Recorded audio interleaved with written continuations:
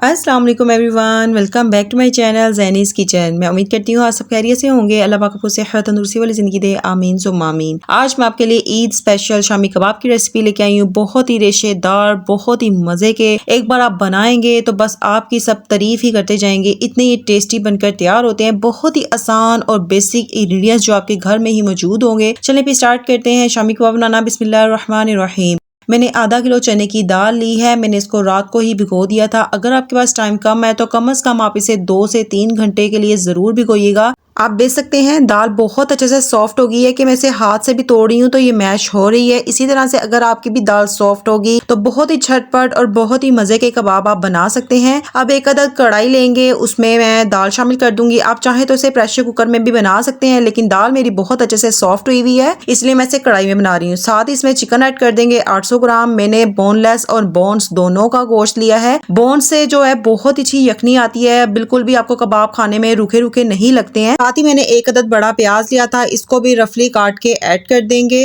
प्याज ऐड करने के बाद इसमें जिंजर गार्लिक पेस्ट ऐड करेंगे 2 टेबलस्पून। जिंजर गार्लिक का पेस्ट ऐड करने के बाद मैंने फ्रेश चिलीज ली थी 5 से 6 अदद, इसको भी मैं चॉप करके ऐड कर दूंगी।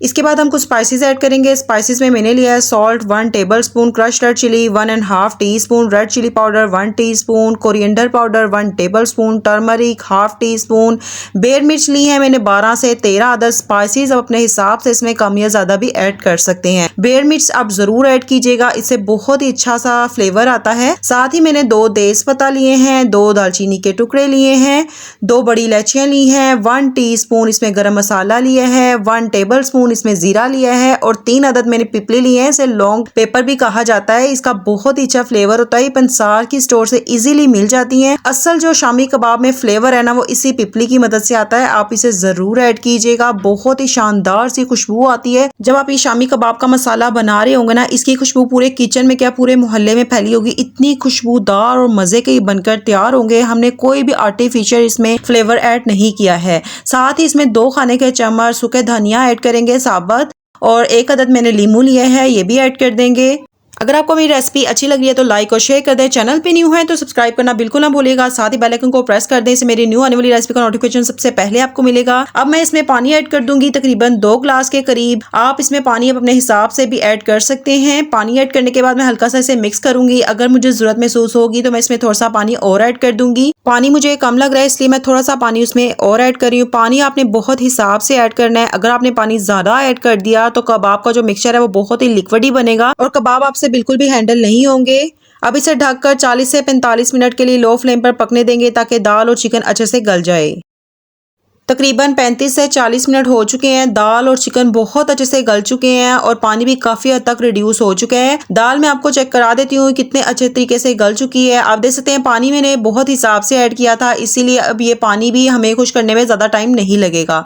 ये देखें दाल कितने अच्छे तरीके से गल चुकी है। अब आपने इसमें से तमाम तेज पत्ता और दालचीनी के टुकड़े वगैरह को निकाल देना है। इनका काम खत्म हो गया है, बस हमें इनकी जो खुशबू है वही चाहिए थी।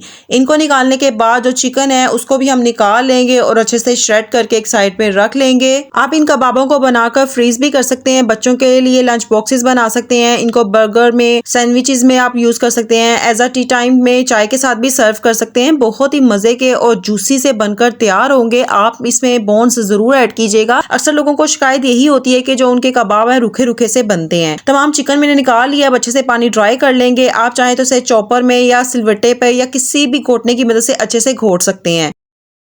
मैंने चॉपर में दाल को अच्छे से मैश कर लिया है। कंसिस्टेंसी आप चेक कर सकते हैं, ना तो ये हार्ड है ना ही सॉफ्ट है, सेम इसी तरह की आपने रखनी है। अगर आपसे दाल थोड़ी लिक्विड ही बन जाए तो आप इस स्टेज पर ब्रेड क्रम्स भी ऐड कर सकते हैं। साथ ही मैंने चिकन को अच्छे से श्रेड कर लिया था। चिकन को भी दाल में शामिल कर देंगे। बहुत ही रेशेदार जूसी से कबाब बनकर तैयार होंगे। आप एक बार जिसको भी बनाकर खिलाएंगे वो आपकी तारीफ किए बगैर तो बिल्कुल भी नहीं रहेगा। साथ ही मैंने हाफ कप के करीब धनिया और हाफ कप के करीब मैंने पुदीना लिया था, ये भी ऐड कर दूंगी। बेसिक बेसिकली मुझे धनिया और पुदीना, हरियाली मुझे खाने में बहुत अच्छी लगती है। हमारी हेल्थ के लिए, आंखों के लिए, बालों के लिए, स्किन के लिए बहुत अच्छी होती है। इसके बाद मैंने 1 अदद अंडा ऐड किया था और हाथों की मदद से इसे बहुत अच्छी तरीके से मिक्स कर लेंगे। अंडा ऐड करने से आपके जो कबाब है वो फ्रीज करने के बाद भी टूटेंगे नहीं। मिक्सचर बहुत अच्छी तरीके से मिक्स हो चुका है। अब अपनी मर्जी से छोटे बड़े जिस शेप में भी चाहे आप कबाब बनाकर फ्रीज भी कर सकते हैं। इस मिक्सर से तकरीबन 35 से 36 के करीब कबाब बनकर तैयार होते हैं। आप देख सकते हैं मैंने दरमियाने साइज के कबाब बनाए हैं। आप अपने हिसाब से छोटे बड़े कबाब बना सकते हैं। इस तरह के टूल्स भी मार्केट से बहुत आसानी से मिल जाते हैं। इससे कबाब बहुत जल्दी बनकर तैयार होते हैं और शेप भी तमाम कबाबों की एक जैसी बनती है। थोड़ा सा इसमें ऑयल लगा देंगे। इसके बाद इसमें कबाबों का मिक्सचर रखेंगे और आप देख सकते हैं 1 मिनट में बहुत शानदार सा हमारा कबाब बनकर तैयार है। अगर आपके पास ये टूल मौजूद नहीं है तो आप हाथों की मदद से भी तमाम कबाब इजीली बना सकते हैं। आप देख सकते हैं तमाम कबाब मैंने बना लिए हैं। अब आप इसे इस स्टेज पर फ्रीज भी कर सकते हैं। कुछ कबाब मैं फ्रीज करूंगी, बाकी को हम फ्राई कर लेंगे। तेल मैंने गरम करने के लिए रख दिया था। अब 1 अदद अंडा लेंगे। अंडे को आपने बहुत अच्छे से फेंट लेना है। फिर इसके बाद आपने कबाब को अच्छे से कोट करके फ्राई कर लेना है। आप अंडे के बगैर भी कबाबों को अच्छे से फ्राई कर सकते हैं क्योंकि हमने पहले इसमें अंडा ऐड किया था।